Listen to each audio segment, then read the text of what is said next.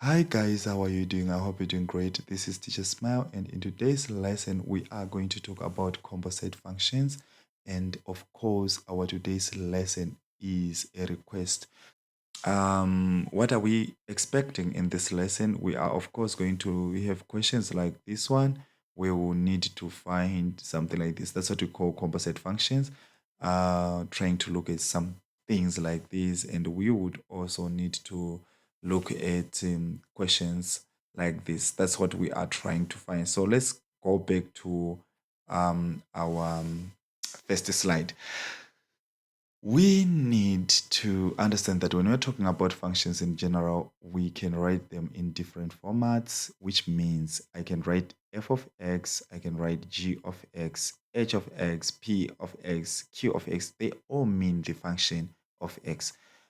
Okay, others read f of x or f at x. It doesn't really matter. G at x, h at x, or f of x or g of x, h of x. Doesn't really matter.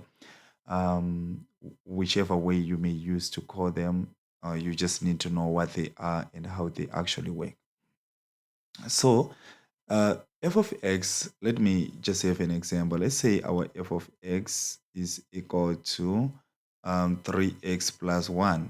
If I'm given f of 1, what does it mean? It means wherever there is x, plug in 1, right? That's 3 times 1 plus 1, and this is equal to 3 plus 1, and the answer is equal to what? It's equal to 4. And here, if I'm given f of 4 is equal to, we plug in wherever there is 4, whenever there's x, I'm going to plug in 4 plus 1, just like this, and then we have 12 plus 1, which is equal to 13. You see, this is what it basically means, and it means whatever I'm going to see here, if I'm going to see w plus 1, then it means that wherever there is x, plug in what you have here. That's f of w plus 1, sorry, f of w plus 1 is going to, we are going to substitute wherever there is x, I'm going to substitute w plus 1, right? Plus 1, right? So I'm going to have 3w plus 3 plus 1, which will result in 3w plus 4. Okay, if I'm given like f of, let's say, p squared, let's say we have this. Again, we are just saying, oh, we are going to plug in whatever is in here in place of x. That's 3 times p squared plus 1, and this is equal to 3p squared plus 1. This is what we are going to get from this. So very important always to understand that whatever is going to come here, you substitute in place of x, you put that. So with that in mind, let's move on to the composite functions. Now I am given f of x here, 3x minus 1. I'm also given g of x, and I'm given h of x, these ones. So first, let's start with f of 1. F of 1, we go to the graph of f. Is it this one, or that one? It's definitely this one. Wherever there is x, I'm putting 1. I'm substituting 1. That's 3 times 1 minus 1. That's 3 times 1. That's 3 minus 1. And we get what? We get 2. Easy peasy. So things start changing now when we get something like this. This was question 1. Let's go to question 2. When we are dealing with question 2, you simply need to make sure that we are given g of 1 inside. You need to work it from inside out. The first thing you need is g of 1.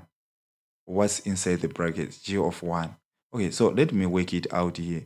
G of 1, what does it mean? It means go to the graph of G and plug in 1 wherever you are seeing X. The group of G, this one. Wherever you're seeing X, plug in 1. that's 1 squared, which is equal to 1, right? Then you take this, you plug it in. F of g of 1 is what? Is this final answer. That's your g of 1. So you are putting it here, and you are substituting into f of x, right? And you are putting 1 where there is x. I'm putting this number. I'm substituting this number into the graph of f now. That's 3 times 1, because this is the number here now, minus 1, which is equal to 3 minus 1, which is equal to 2. Oh, cool. Let's carry on. What am I going to have next? We have g of f of 1. Okay, g of f of 1. What did we say we do? We make sure that we work it out from inside. Work it out from inside. So I need f of 1 first. So let me do f of 1 here aside. It means that go to the graph of f, and wherever there is x, plug in 1. That's 3 times 1 minus 1. And that's equal to 3 minus 1. And this is equal to 2. And you are going to take this 2 and you plug it in here. And that means now we have g of, what was f of 1? We calculated it and we saw that it's now 2. So we plug in 2 and we have g of 2 in place of x in the graph of g. Plug in 2. That's what it means. So we are going to have 2 to the power of 2. And the answer is equal to what? Is equals to 4.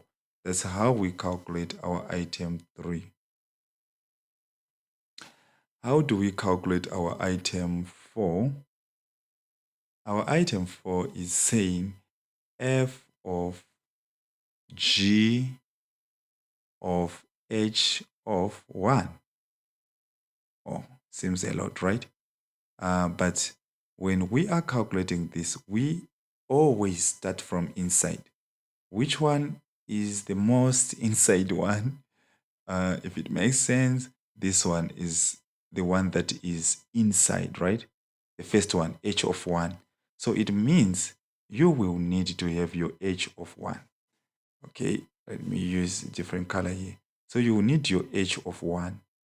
And h of 1 means go to the graph of h. Where is it? Here it is. Plug in where there is x, plug in 1. That's 2 to the power 1.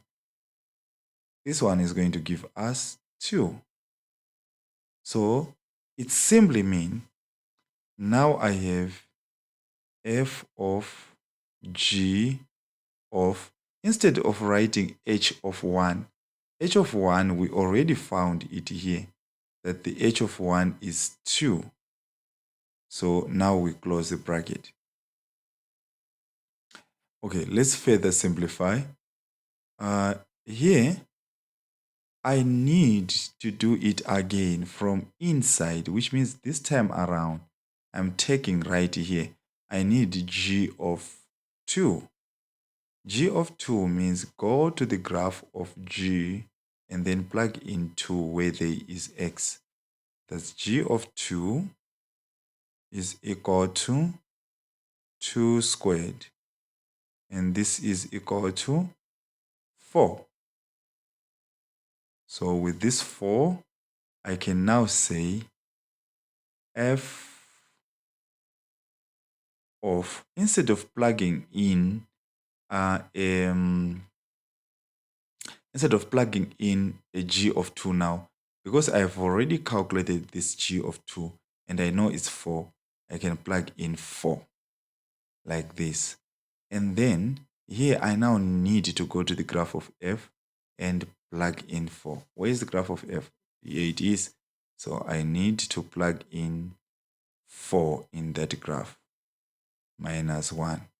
And the answer is going to be 12 minus 1, which is equal to 11. That's how we solve this question. So let's actually try to go to this one and see how we can deal with it. Okay,